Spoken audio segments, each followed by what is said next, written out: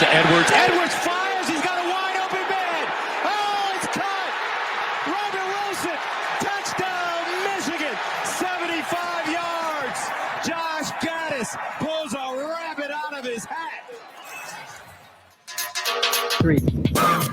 All right, welcome in on this Monday. That was Gus Johnson at the Big Ten Championship game this past Saturday in Indianapolis, the one that Michigan won. You know that by now. And we're kicking things off with a great guest. I mean, it was a great game, and we got a great guest. It's Jarrett Irons, the former Wolverine, who's here on the Maize and Blue Review. Jarrett, welcome in. How are you? I'm doing good, Dennis. Good to see you, buddy. Yeah, it's good to see you. I know that you this past weekend were in Indianapolis, so you got to witness that happen at Lucas Oil Field. What was that experience like for you? Look, you know I had to be there. It's been a long time coming, and I've been wanting this game for a long time. So, that's why my voice sounds like this. I was yelling so much, man. It was an awesome experience, and just so happy for Michigan and happy for that team, for our team, and it was a great game. Now, did you think one of the they played such a great game against Ohio State, so there was a little bit of people were worried. I thought it was one of the things, at least to talk about, that Michigan might have spilled all of their emotion and good play against Ohio State, but that didn't look like it was the case. They still brought it against the Hawkeyes. Yeah, I didn't worry about us not playing well in this game. I worried more about Iowa's a tough team. Like they know how to get up for these type of games, and they're a storybook program as well, and I knew that they were going to come and play hard, and I knew that their defense was going to they have a good defense. So, but these guys manhandled them like it was nothing. So I'm very happy about that. Yeah, it's 42-3, and you get Michigan's up 14-3 at the half. So it wasn't like it was over at the half, but there was reasons to feel good. I mean, you have a 67-yard run, you got a double pass. But other than that, they didn't do a whole bunch. So they might have been like, wow, were you concerned at all, sitting there talking with other Michigan folks at the break? No, I wasn't concerned at all. I mean, it's so funny. This team is just different, if you talk to guys that I've talked to a lot of my former, teammates in the beginning of the season, we did not think this team would be good, anywhere close to what they are now. And it just goes to show what college football and being on a team is. It doesn't matter what other people say. It's what you do in the game. And I think they've been every week. If you watched them, I was talking to Josh Gaddis about it. Every week they've gotten better, and every week it's been a building block for them. So it like the success they're having now, it makes total sense because they've been building this all year. They're fantastic almost from wire to wire against Ohio State. And then, they get into the second half against the Hawkeyes. And listening to Cade Mcnamara after the game, he wasn't great. I mean, Donovan Edwards had more passing yards than he did in the first half. But he said that he felt confident in what Josh Gaddis, the game plan and the adjustments that they made. And he was a different quarterback in the second half against the Hawkeyes. They seem to take to the coaching and whatever the focus, whatever it is, man, they really soaked it all in and we're able to put it out there and put it and execute it all. You can tell, man. You and I were talking earlier. I spent some time with the team afterwards, after the game, and hanging out with some of the coaches and so forth, and the players. You can tell, man. There's a love between these guys. Like they love those coaches, man. They love the atmosphere. It's a family vibe, and you can tell they believe in one another. So whatever Josh calls, they believe in it. You know what I mean? Whatever McDonald calls, he believes. Whatever Harbaugh's talking about, they believe, man. And there's full trust on that team. And so and it shows in the way they play. Well, what about belief? Did you believe when you saw this team this year? I go all the way back to the Washington game when they came out with that ground and pound, and they came out in the second half and they were running the ball, and everybody was like, well, groaning even a little bit, like, man, they got to at least pass. And yeah, they ran up like 345 yards. And everybody's like, well, that's great, but they're going to have to pass the ball. When did you see something in this team that you thought, oh, maybe they are going to play, fight tooth and nail with Ohio State? Maybe they'll be able to. It's something special, I guess. For me, it's not so much the plays and the play calling and so forth and running the ball, because everybody was saying what they were saying.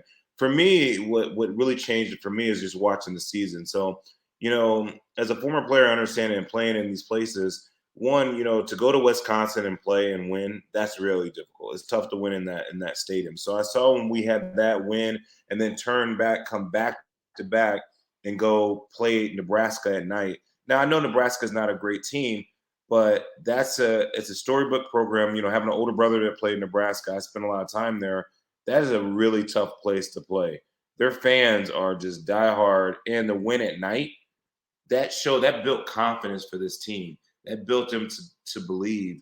And to see what they did in Penn State and in that game, those road games really built a lot of character in a team. And then you look at the way they played. This is how I felt for Ohio State. The Maryland game was an easy letdown game. And the way they approached that game and attacked it, you could tell they were ready. They were ready for the following week, and it showed. And they haven't stopped, man. So it's gonna be interesting, man. These boys, they want it, man. They're not, they don't care about what everyone else is saying. They believe in themselves, and they're like, look, let's go get this. You're listening and watching, if you're here on the video, Jarrett Irons, a former Wolverine, two-time captain. And, you mentioned going into that final game, you had success against Ohio State. In fact, some of the most memorable Michigan-Ohio State games ever, 95, Yakapatuka, 96, what was it? Spring slipped and Ty Streets. I mean, I was I think. And those teams, like those Ohio State teams were awesome. I mean, it's, Oh, yeah, they were stacked. Yeah.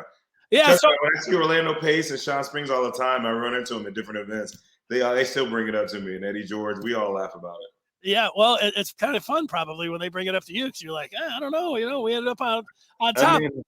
We always believe, man. I mean, that game is, you and I have talked for years. That game is not about talent. It's about your will to win and who wants it the most. And that's what was so hard about last year. Not last year, the year before, when Fields said that they didn't think we wanted it as bad. I'm gonna be honest with you, man. I was on the phone with a lot of former players and guys that you guys would know. Man, we were pissed hearing that, man. It just left a bad taste in your mouth because this rivalry, if you need any extra, enthusiasm or any extra, to get up for this game, then something's wrong with you. I mean, the Ohio State Michigan game is the biggest of any game you could ever play in college football. So to say that they didn't want it as badly, it just set a lot of former guys off. So just to see how we pounded these guys 2 weeks ago, it brings a lot of joy to my heart. Well, you say that, and you would think, what kind of extra motivation would you need? But I can remember Terry Glenn was like, "We're just going up there. We're going to treat Michigan like any other team." And then Woodson, I think he was a freshman that year, so it was 95. And Woodson's like, "Yeah, I guess Terry Glenn, ran his mouth a little bit too much." So he had heard that, and I know I remember. Trust me, it was in the locker room. I mean, his comments were on our lockers. Trust me, we knew. Yeah, we knew. Yeah. I knew Lloyd liked it. He had that desk outside of his office, and there are all these papers on there, but you would look and they'd see things that were highlighted, and they would say like, "Oh yeah, so-and-so's, saying that, they can run right over. They'll run right over you." Any kind of preseason. And you know what? After the game, the team was running off. You probably were, on your way to the hotel or whatever else, but down on the field, they were running in the locker room. Some of the reports where the players were yelling 2%, 2%. And after the game, they asked Corum and Vastardis. They were up there, and they were like, "What's that about?" And they said, "Well, they gave us 2% chance to win the Big Ten." Dude, they believe you, dude. I heard that as well. And it's in this game that we played, man, there's a lot of motivation that comes back and forth. And in a big rivalry game, you don't really need any extra ammunition. But when you get it, trust me, you hone in on it. And you can tell these guys were honing in on that 2%. It meant some. That, I think also that in the comment that Haskins, I saw that he was talking about where they thought with last year in COVID that, we were scared to play them. And that, I think that really sat with those guys, man. It really got under their skin. It got under mine, I can tell you that. I mean, I was envious. I wish I could have played in that game. Well, you know what? The guy that stood out to me was Josh Ross. Like they were asking him, he's like, "No, we wanted to play. There's nothing. Nobody was scared. Yeah. Josh was like, no. We don't get it mistaken. No, we wanted to play that game. Now, personally, I'm glad we didn't because I don't know if we had it. But no, man, that's a huge rivalry game. You always want to play in that game if you can. Trust me. Jared, how big of a deal? Michigan brought in a young NFL coordinator and Mike McDonald, and it was a 3-4. You were a linebacker there in the middle. Yeah.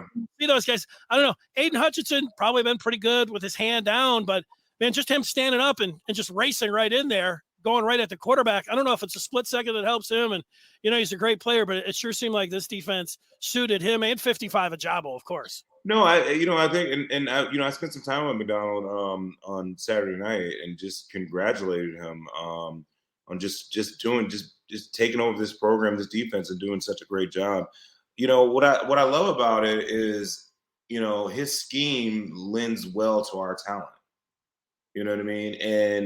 And you could tell that guy's been in the NFL, because when you're in the NFL, you have all this talent that you have on your team, and it's putting people in the right places and playing them how you need to play them to get them to really get everything you can out of them.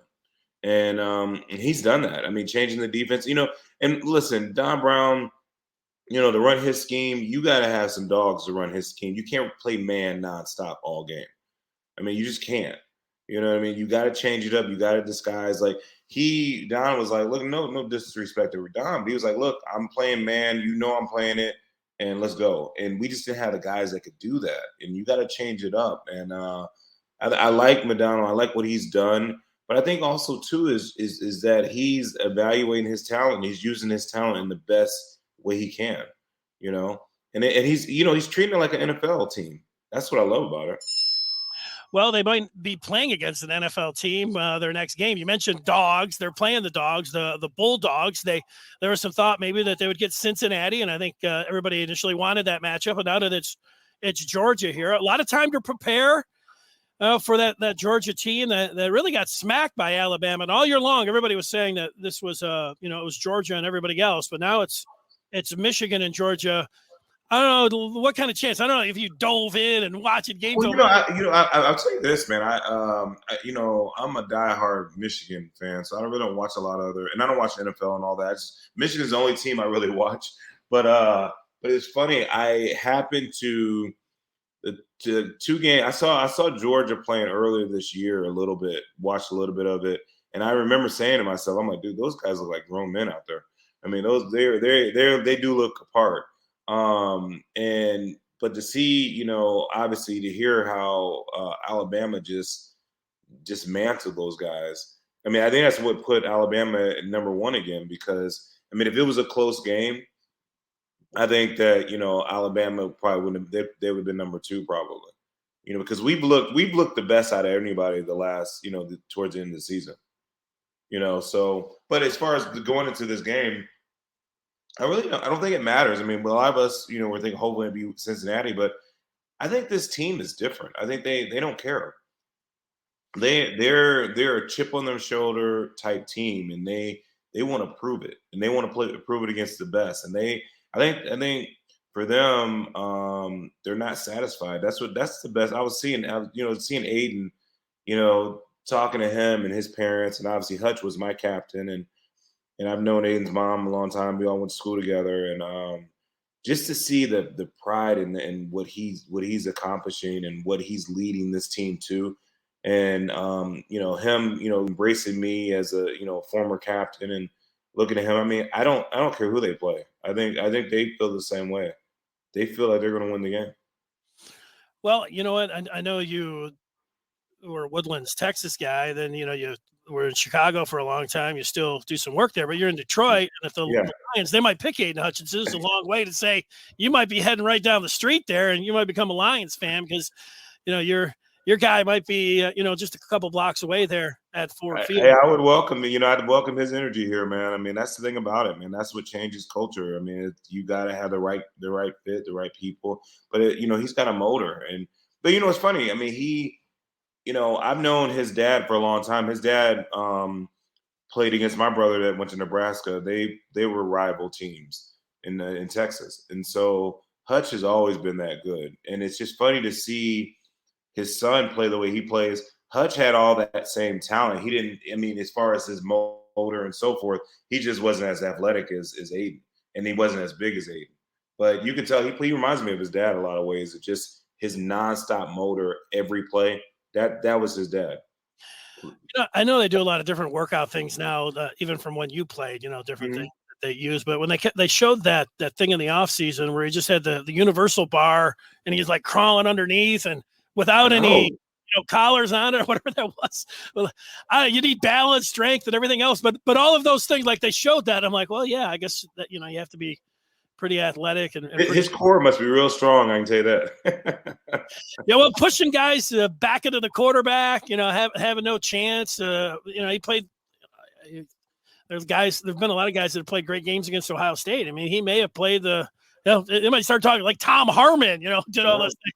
Like that's you know what it is too, Dennis. It's like what I like about this team is that they don't get flustered. You know what I mean? And it's like the defense. I mean, earlier in the season, I'd get pissed because the defense would give up a big play, but they act like it's nothing. They don't care. Like it's like you give up a big play, okay, let's go back, let's turn around. I mean, like you look at that interception that was thrown in the Ohio State game.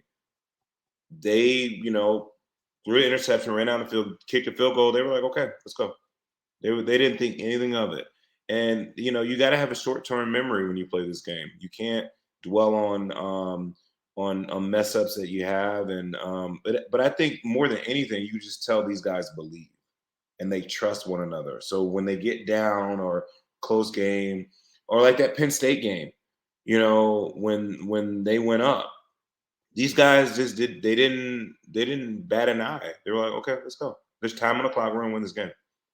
I think you said storybook once or twice earlier, but it just you think about where this team was last year, just with the 2 wins and the pandemic and everything. And there are a lot of people that were looking at Jim Harbaugh and saying, I don't know, we know about the salary and that whole story, but to have them bounce back like they did, and they're, they might change the playoffs after this year. And who knows, now that there's name, image, and likeness, maybe that'll level the playing ground or playing field when it comes to recruiting and everything else. But to do it and then be able to do it under the old rules and, now, and then to finish it off like they did Saturday, I think that was good to validate everything even more. It just keeps going. Just how special is all that as a former player? I guess I'm asking you when you talk to the former players about last year in gym, were there people like a lot of the fans were like, maybe it's time to move on and everything. And, to have this turnaround, it really is a great story for Jim Harbaugh and of course, Michigan. I mean, it is. I mean, I'd be lying to you to say that, I'm very connected in my era when I played and when I was, captain and so forth. I stay in touch with a lot of guys, and I'd be remiss to say that we all weren't, upset and mad, but I was on the player committee with some of the other guys that when Jim Hackett asked who do you guys want to be the next coach, we're the ones that asked, we wanted Harbaugh to be here. And so, from that standpoint, but yeah, even with that, I mean, yeah, we were mad how things were going, but you got to trust the process. And no, did any of us think that this year was going to turn out like it is now? No. But I tell you what, I'm loving every bit of it that we are here. But no, I mean, for former guys, man, it's just a lot of us that follow this team and just want them to win. Well, I got some quick hitters here. Of course, I can talk to you for a couple hours straight, asking you every question. You're doing a great job. I already appreciate all of your time. So you went to the Big Ten title game in Indy. Where were you for the Ohio State game? I was at the game. I watched it. I was in the suite watching it. And I had to be good for that, man. I mean, it's just, it's one of the games you just had to see. And the build up. I mean, it was just I had to be there and see it. Yeah, what was that like for you? I mean, you're sitting there like, to me, that was one of the great performances from a Michigan team. I talked about Aiden individual performance, but just from start to finish, from every staff, players, it was just such a historic performance. It must have. How are you feeling? What'd you feel? I was going nuts, man. I was just beside myself. I mean, I was I was close to tears because of just, it's been so long. But then also too, I live in the Midwest. I work in Ohio a lot, and I have a lot of Ohio State, friends, and dealing with them. And I just, it was a lot. I wanted this game more than anything. I mean, I really did. And it's a game that means the most. I mean, it's, there's no other rival game that's bigger than Ohio State Michigan. There isn't. And to be one of the men that have had the opportunity to play in that game multiple times, it's such a great honor. What I was feeling that day, I will tell you this. I played in that stadium and one playing in it, but then going to a lot of games. I've never seen Michigan Stadium look like that. I mean, I've never seen it. I mean, after the game, I've never witnessed anyone rush the field like in a game. I've never seen that myself. I mean, it's probably might have happened when I was playing, but I was off the field, but not like that. It was beautiful, man. It was so beautiful. I mean, it was just, it just made my whole weekend. And that Monday afterwards, it was just like, this is how it's supposed to feel, And it's like now, like, dude, Dennis, I don't know if you know this, dude. We won the Big Ten, dude. I mean, look how big that is. I mean, we own it. We won the Big Ten. You know how huge that is. Jarrett, is it going to help your job here? I know you're telling me you have to drive to Chicago. So you walk in, you see people, they know who you are. You got this big smile on your face. You might have before, but now, man, you're smiling even before they open the door. I don't know, man. It seems like it's got to help you out no matter what. It does, boy. It helps me out. It helps my family because my wife knows I don't watch any other sports but this. So when they lose, it's bad for everybody in my house. So it's yeah, man, I love it, man. It's like, look, we just won the Big Ten. I mean, how huge that is. And being a part of that and seeing it and just feeling, I love this university and to see these young men go out there and play. And it's so funny. So when I played at Michigan, and one thing about the history of Michigan, when you go out there and play and you wear that winged helmet, you're not playing for just that team. You're playing for all the men have come and wore that helmet before you. It's a lot of pressure to wear that helmet and know that all the Michigan greats and the Michigan players that have come through there, and you're representing them now. You're representing us. Like, trust me, that's why when we lose, when we don't play well, we're pissed because you're not upholding to the standard of what we set. And to see this team not only uphold it, but continue to take it to that next level and represent us. It's just it really warms my heart, man. I'm just so proud of them and happy. I'm proud for Jim. I mean, Jim's been going through a lot, and this game is not about money. It's not about any of those things, the stature. It's about like men coming together for a common goal and a common cause and believing in one another. You know what I mean? Like this bond that these guys have, they're part of a fraternity that will live on forever. That Michigan fraternity is just unbelievable. And it's so funny. I was at the Ohio State game. I'm standing with I'm in the box and I'm in between takes. I'm with Woodson and then all of a sudden Ty Law, we're about to win. Ty Law FaceTimes me. He's got all his Michigan gear on, going nuts. I mean, it's just like you got two Hall of Famers. We're just standing there like, you know what? This is what it's about. It doesn't matter about how much money you make. It doesn't matter about what accolades you have. It's about winning that game and being a part of this program. So for me, I just love it, man. Well, you should be, Beeman. Congratulations! Congratulations to all of Michigan Nation. Of course, a two-time captain. You had to answer all those questions all the years about how they're going to get it done, and now you can at least have a different narrative. It's different. And, I'm telling you right now, I'm ripping everybody. I've been talking a lot of mess since Saturday. Well, I know what you're going to be doing on New Year's Eve. You got between now and then, and just walk around and really just be on cloud nine. So I've been on cloud nine. I'm taking my family to Houston for Christmas, and I'm not going to be able to make Miami. But if they would have gone to Dallas, I'd have definitely made it. But I'm going to be watching and just happy and proud. But we make it back to Indy. Yeah, I'm definitely going to be there. I can't miss that. All right, I got a final question for you. You mentioned Christmas, and I see it. You don't watch the pros, but I do. They keep running this special, how they're going to have a John Madden. John Madden, is 85 years old, and they're having a Madden special on Christmas Day.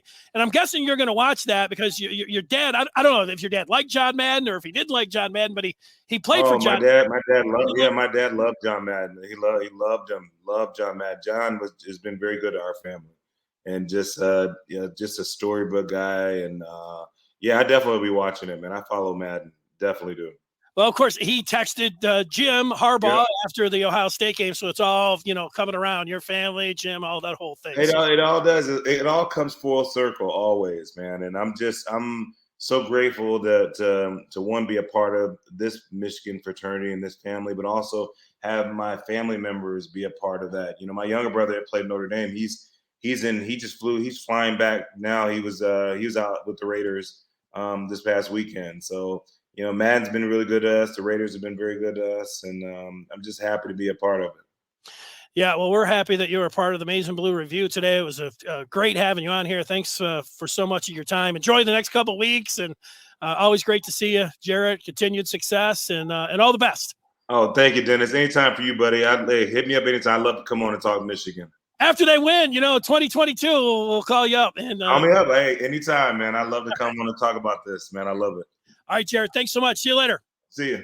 There he is, Jarrett Irons, the former Michigan linebacker, number 37. In I think it's his Wikipedia page. I was looking through some of the stuff when Jarrett said he was going to come on, and it said, at the time of when he was done with his playing days in '96, that he was the leading tackler at Michigan. I said, and I thought Ron Simpkins was the leading tackler. So I'm over there looking through the record book. And of course, before I get to defense, I'm looking at offense, and I'm like, oh yeah, look at John Navarro with these records and everything else. And then I'm going through, it's taking me forever. I got down there on the tackles. I'm like, you know what? Wikipedia wasn't right there. Ron Simpkins, Jarrett Irons, the second right now, still the all-time career tackle number 2. Jarrett Irons, number 37, but a 2-time Michigan captain, and it's always great to get his perspective on the game. It's great to get your perspective as well. I got some audio, listened to since Saturday night. Want to talk a little bit about that game as well.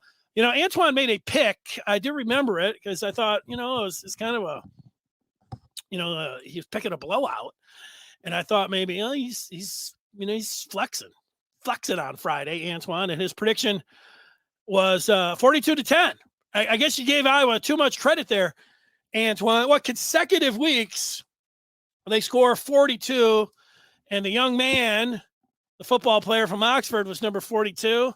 Now, that wasn't lost on anybody over the weekend. Antoine thinks we should use words like we used Jabril Peppers in a Wildcat package, or maybe a little option. He used to play quarterback in high school. I didn't know that he played quarterback in high school, but that double pass,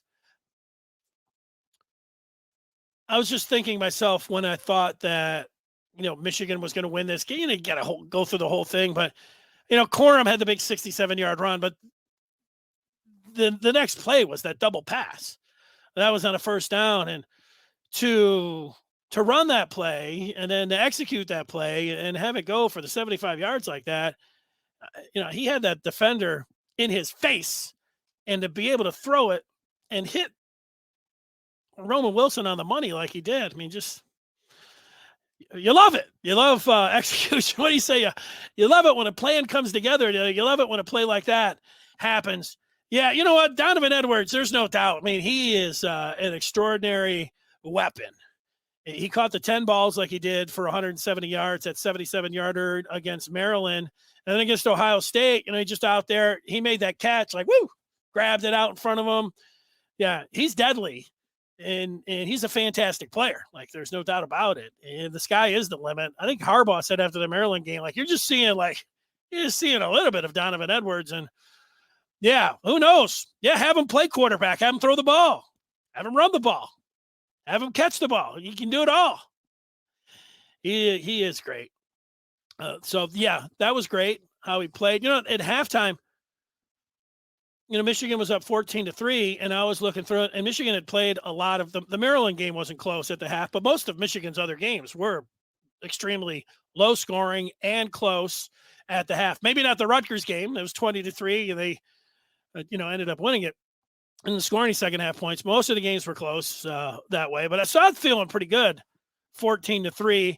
And then coming out in the second half, Maryland gets 16 yards on their first possession there, and they have to punt. And then Michigan comes back, and I thought this was, whether it's the turning point or whether I went from feeling pretty good to feeling really confident, was Michigan goes and takes their first series of the second half, and Cade Mcnamara wasn't great in the first half throwing the ball. In fact, the interception, the one all could have had it, but it wasn't a perfect pass.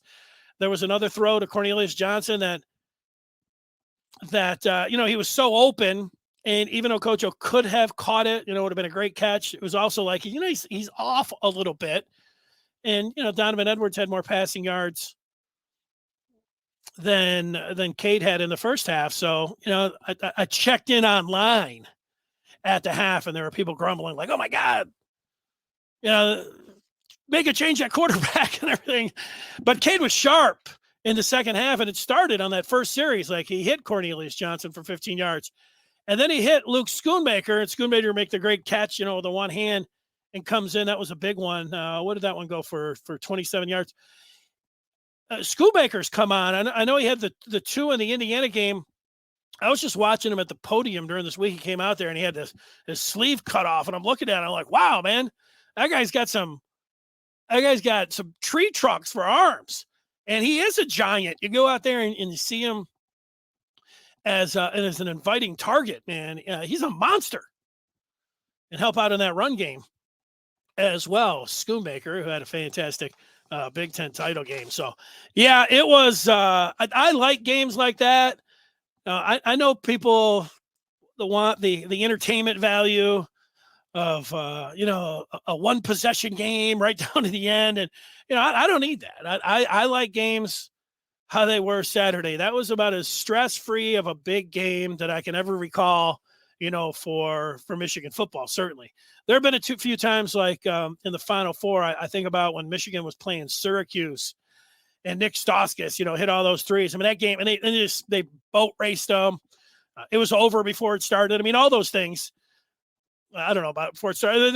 They were raining threes, and it was a very easy victory there. This was felt pretty much like a coronation as well. Once you get into the second half, and it was 21-3, and then they just kept pouring it on like they did against Ohio State. So, and the other thing is, like, if I was an Iowa fan, there were a couple plays. One in the first half when they got a penalty, so it ended up putting them like 2nd and 23.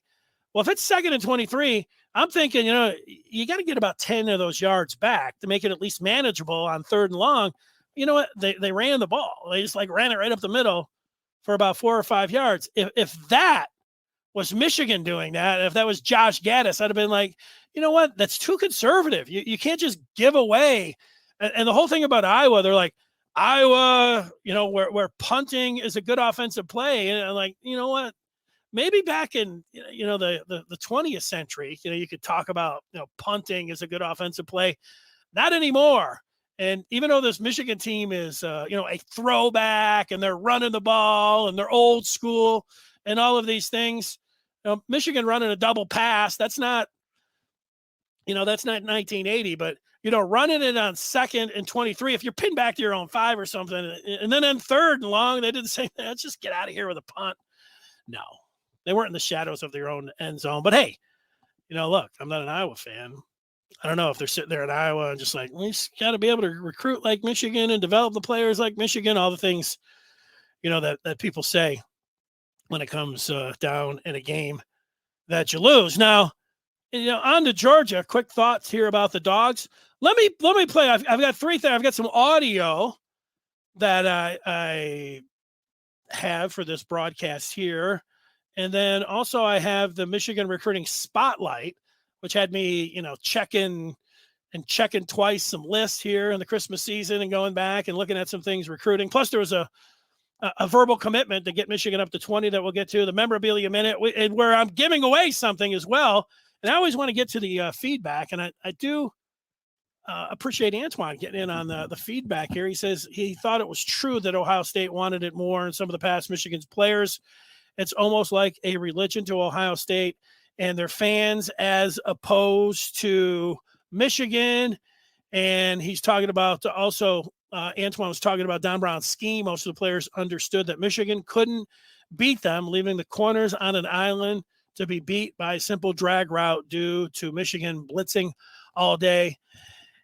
Yeah, I mean, there definitely needed to be a scheme change, and there was.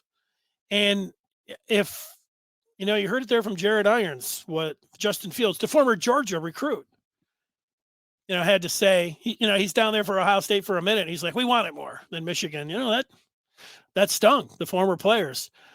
This particular team, it was pretty obvious that they had the desire that they want, that it was in their mind that they were going to beat Ohio State this year. All right, let's hear some of the audio. We had that first call from Gus Johnson. Here is Blake Corum. Speaking of the Michigan offense, here's Blake Corum, who talked about this year's offense. Coach Gadd and then us believing in him. He committed to the run game early. Well, I think in the interview he said, like, last year he didn't really focus on the run game, but he's been a tremendous play calling. It's been great. That's Blake Corum talking about the season-long identity of toughness and Michigan running the ball. Yeah. I remember hearing Josh Gaddis in the preseason talk about, we're going to get back to running the ball. And I thought, that's a total old school cliche Michigan coach kind of quote that he's just throwing out there. But, he was right. I got to listen to the coaches. Can't just be like, he's just saying that. He wasn't just saying that. Here's the thing that comes back to that. If you need this to get charged up and, or, if you're going to use that for fuel, then, you're at a wrong play. Andrew Vastardis, after the game, Michigan was talking about 2%. And Vastardis, the Michigan captain, the center, the sixth-year guy, he was asked about that 2% with the players yelling it coming off the field. Beginning of the year, the odds, I don't know, whatever it was 2% likely we'd win the Big Ten championship. That was preseason predictions. I don't know how it works out, but, we believe in each other. We believe in ourselves, but, there's always that little external motivation. So, internally motivated, bring each guy along, but sometimes just some of the stuff that's out there, you just take it and ride with it and fuel the fire. So there you go. Andrew Vastardis talking about that 2% comment. Hey, heading into the year, where did you have him, Dennis? Well, I picked Ohio State 1, and I picked Penn State 2.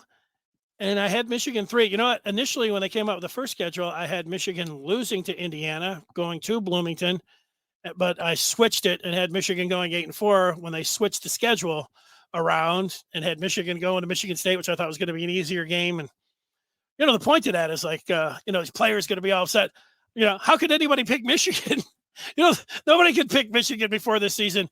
Michigan was the first team since the college football playoff started to make the college football playoff, being an unranked team heading into the season. Why would you pick Michigan this year? Here's Will. He was talking about John Madden, best announcer, very funny, honest. We shouldn't berate him for being associated with a video game. Yeah, I don't. What happens is announcers get old. Like me, they get older. And then the young guys and things, and you'll hear somebody and they, and you get older, you make a mistake. Like young guys make mistakes too, but when you're older and you make a mistake, they chalk it up for you being old, not just making a mistake. And there was part of that. But Pat Summerall and John Madden, sometimes they hang around a year or two long. I don't know. I kind of like John Madden. It reminds me a little bit of Romo. People are always like, boy, Tony Romo really likes Patrick Mahomes. Well, he's always doing Chiefs games, and Mahomes is the number one quarterback in the league. He might not be ranked out this year, but the last few years, he's pretty much been the number one QB, and Romo's on all those games. So yeah, Romo's going to have an affinity for the number one team and the number one player. You don't like that. And John Madden loved Brett Favre, and he's always talking about Brett Favre, and people's like, God, I hope one day I love something as much as John Madden loves Brett Favre. But he was right there, and, he did. And, he loved his style of play, too. All right. Oh, more audio. Let's go back to the audio.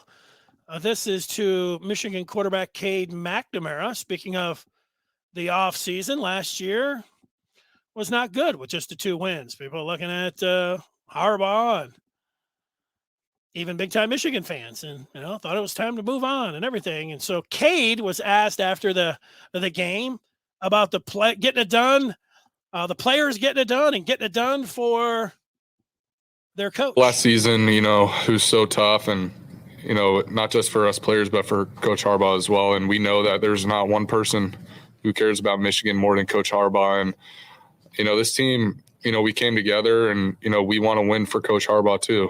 And we're just so happy that we were able to, give him that joy, because he deserves it. There you go. There's from number 12, Cade McNamara. Speaking of his coach, Jim Harbaugh, got a couple pieces of audio from Jim. Yesterday, Harbaugh gets back, so they win Saturday night. They're up late. They get into Ann Arbor. Here's the first thing yesterday in the, I guess you'd call it the Orange Bowl introductory news conference. Here's what Jim Harbaugh had to say. His first comment since finding out that Michigan was going to play the Bulldogs. Thrilled at the way our team played. We knew we were going to have to play, really good. And our guys did. Coaches put together great plans, and players really executed them. So really thrilled about the way our team has played all season long, especially particularly the last half of the season, last 2 weeks, and last night. It hasn't quite even been 24 hours, but had a glorious night last night. Just awesome to watch our team compete. And we flew back to Ann Arbor today, and stopped by Schembecker Hall, got a meal, and we're able to see that we'd be going to the Orange Bowl to play Georgia, and everybody's super excited. Well, they should be. Yeah. So Saturday night, that game kicked off at what, 8:15, 8:17, I think officially. 8:17. And so, yeah, we're not 48 hours away from that Big Ten championship game being kicked off. So it's all pretty fresh. But Jim Harbaugh was asked first thing after his opening comments there. He was asked about the Bulldogs and his first impression of the Dogs. I've watched them throughout the year. General impressions are rugged. It's a rugged, tough squad. Play extremely well on all sides of the ball and special teams. They're going to be really, really excited to dig into it and study them. But that's the word that came to my mind. Rugged. I'm going to go ahead and say that Jim Harbaugh will use rugged 25 times at least before they kick off against the Bulldogs on New Year's Eve at 7:30. He's going to be asked, what do you think of Georgia?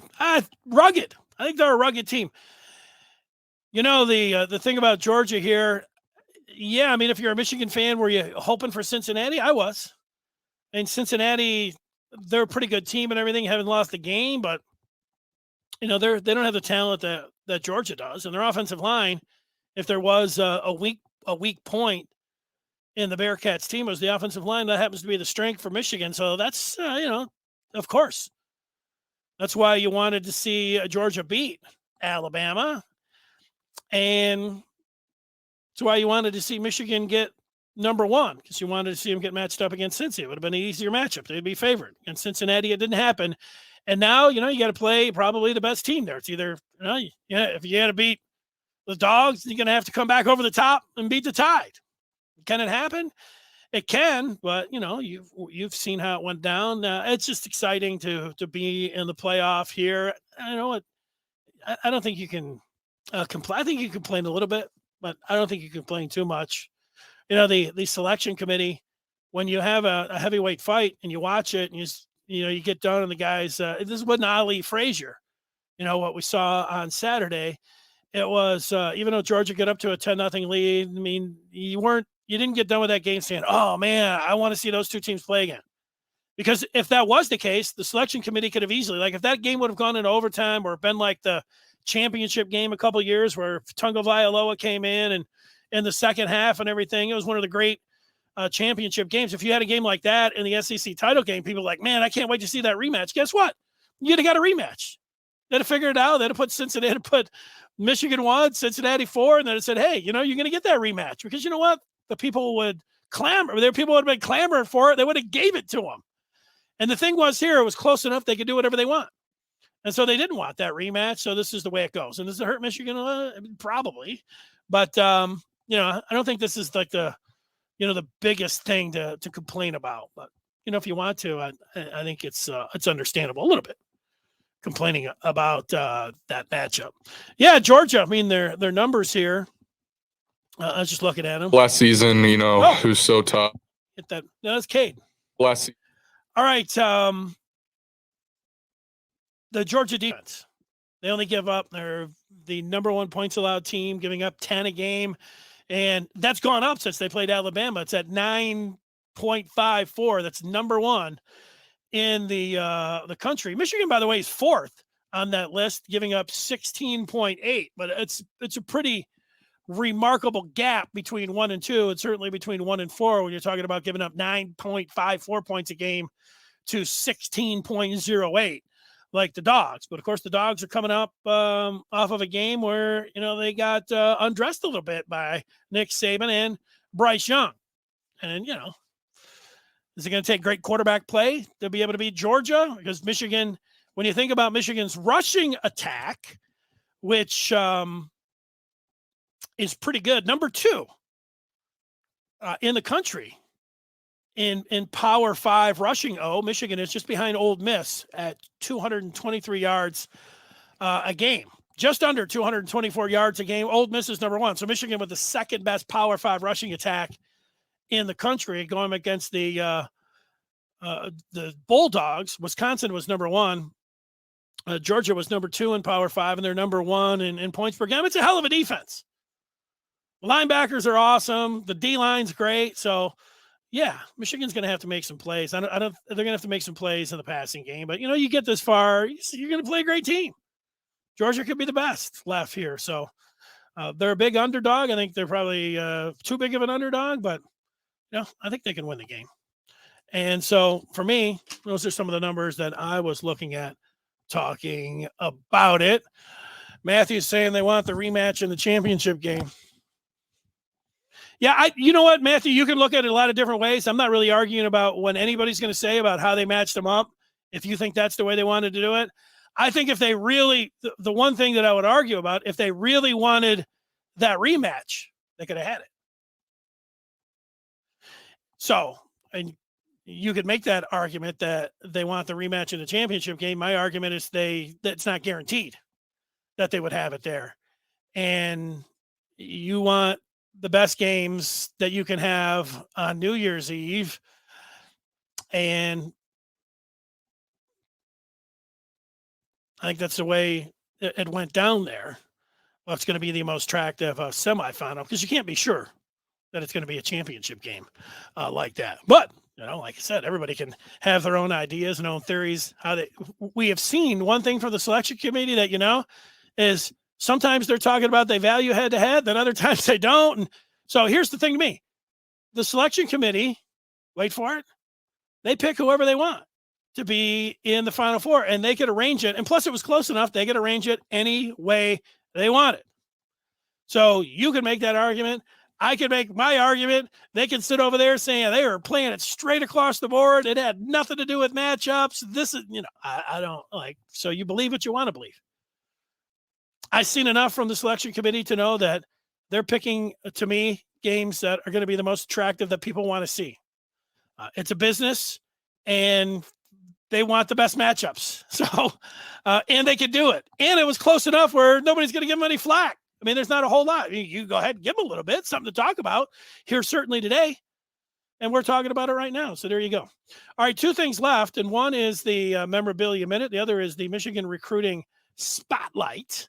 And before we get to that, we do want to tell you that if you're listening to the pod here, we're going to have a giveaway coming up for those of you that listen to the pod. I suppose it could be that way when you're watching too, but I'll tell you why it's specifically a pod thing. But if you can go to michigan.rivals.com and you can get a year of the Maize and Blue review. That's where I work.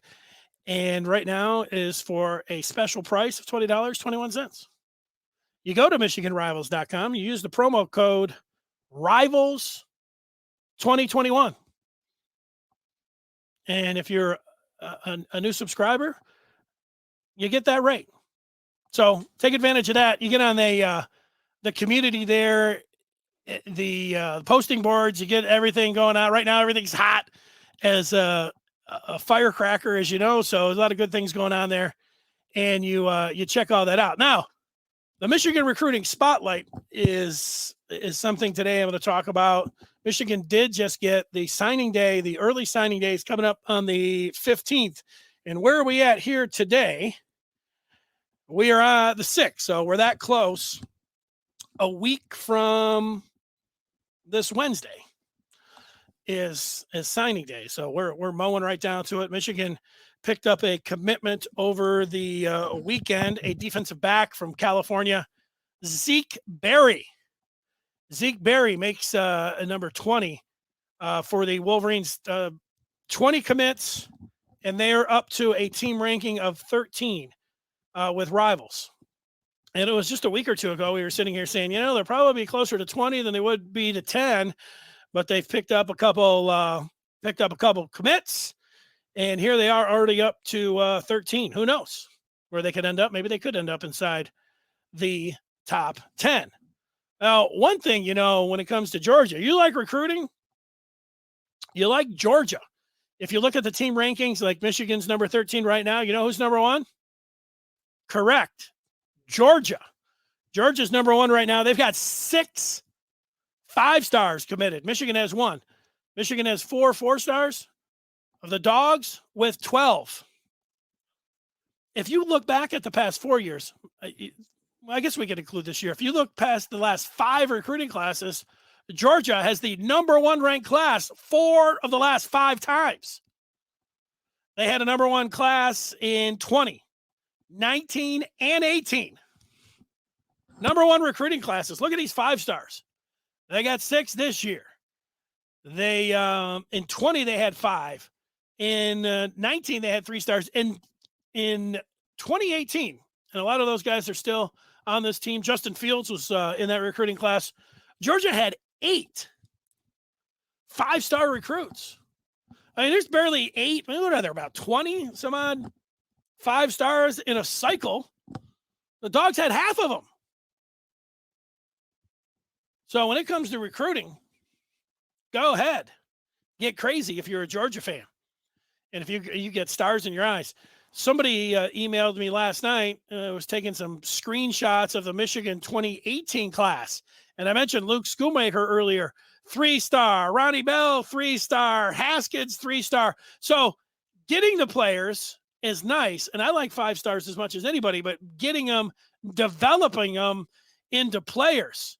Ryan Hayes, I believe, Michigan's left tackle, also a 3-star. I mean, 3 stars in that 2018 class, a part of this class that ended up taking the Michigan to the Big Ten title this year.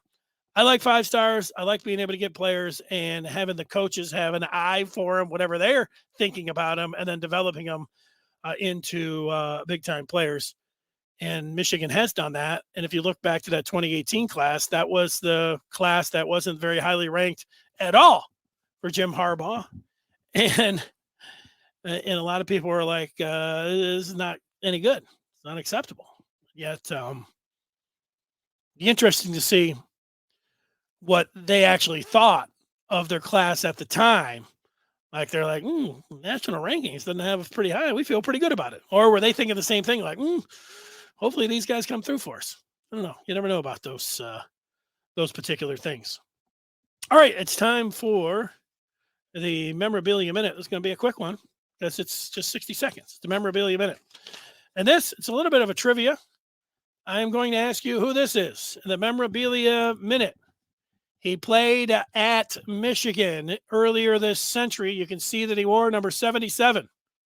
Nickname, the Walrus. The Mauler. Named first team All-USA by USA Today back then. That used to be the big deal. You were USA Today All-American back in the day. That's what you wanted. Was a left tackle for Michigan. I think a 3-year starter. Any guesses? I don't even know if you can read that. Tony Pape is who it is. And you can see that on the back. Tony Pape must have gone to Chicago for the Big Ten coaches meetings at the beginning of the year. I used to go to those every year. And towards the end of them, I would, if I had time, walk into, before they let the fans in, the players would all be sitting there, and I would grab some of these. Not some of them. I would take one from each player, and I would say, I'm going to give it away. I don't know what happened where I didn't end up giving this Tony Pape away, but the chance for you to have this autographed Tony Pape from me, verified. I've had it all these years. Close to 20 years old, this picture. You can have it. You're a Michigan fan, want some memorabilia, it's yours. I do have to say that there's a little tear in the photo right there. I mean, I don't know. Maybe you're just a Michigan fan. That's all you need to be. Who else would want this? So if you listen to the podcast, you can put in a review for the pod. I've only asked once, to go out there and do it. And I looked, and ME, initials ME, left a review. And I want to thank ME for being the first person to get in there. I asked, and ME, I went in that night like, hey, there's a review from ME.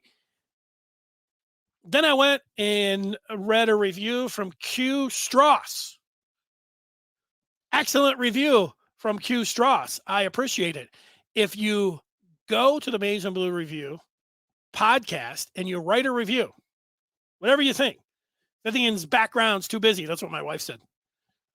Fithian needs to lose some weight. I don't know. You could say that. It's true. I don't like his shirts. I like his shirts. I like his beard. I like the show. Whatever you do on the review, you rate it and you write one and you say, hey, I want the Pape. I want the Pape autograph picture. You'll get it just by writing that review, and write that you want the Pape picture. And if you do that, you can get a hold of me. I'll show you how to get I'll have you get a hold of me through Twitter. My DMs are open. It's very easy that way. And I will mail this out to you. A great collection piece for you Michigan fans. That took over a minute. Sorry about that. Appreciate everybody watching the show here today. You know what? If I talk for one more minute, I can go exactly 1 hour. And I was thinking as I was watching Michigan on Saturday night playing in the Big Ten title game, I was thinking, doing a weekday pod live at 1:00 is a lot of fun. And originally I thought, I'll talk every day 10 minutes. What's going on with Michigan, what I'm thinking, would I want to listen to myself more than 10 minutes? Probably not. But then it evolved into I said, you know what? I could get enough audio where I could expand that out for 20 minutes. Once in a while, I could go out there and I could get somebody else to talk with. Today, Jarrett Irons, the former Wolverine who stayed on with us for over 20 minutes. So I'm like, but then you think, an hour-long pod, if you're out there and you want to listen to something while you're driving, maybe the average, 22 minutes? You might be able to get 3 days if it was an hour long. So today's has been an hour long. Coming up tomorrow, Brendan Justice from the Maize and Blue Review. He's the recruiting editor. He'll be on, and we'll go through the whole thing tomorrow at 1:00. I do want to thank Jarrett Irons, the former Wolverine, for coming on here. Thanks for watching this. If you're somebody that watches the YouTube and saying, hey, I want the Pape autograph picture. Well, go to your pod and write the review there. You don't have to say I'm a YouTube watcher and I'm just doing this for the Pape, but you can if you want. That'll do it. Take care, and thanks for watching here on this Monday.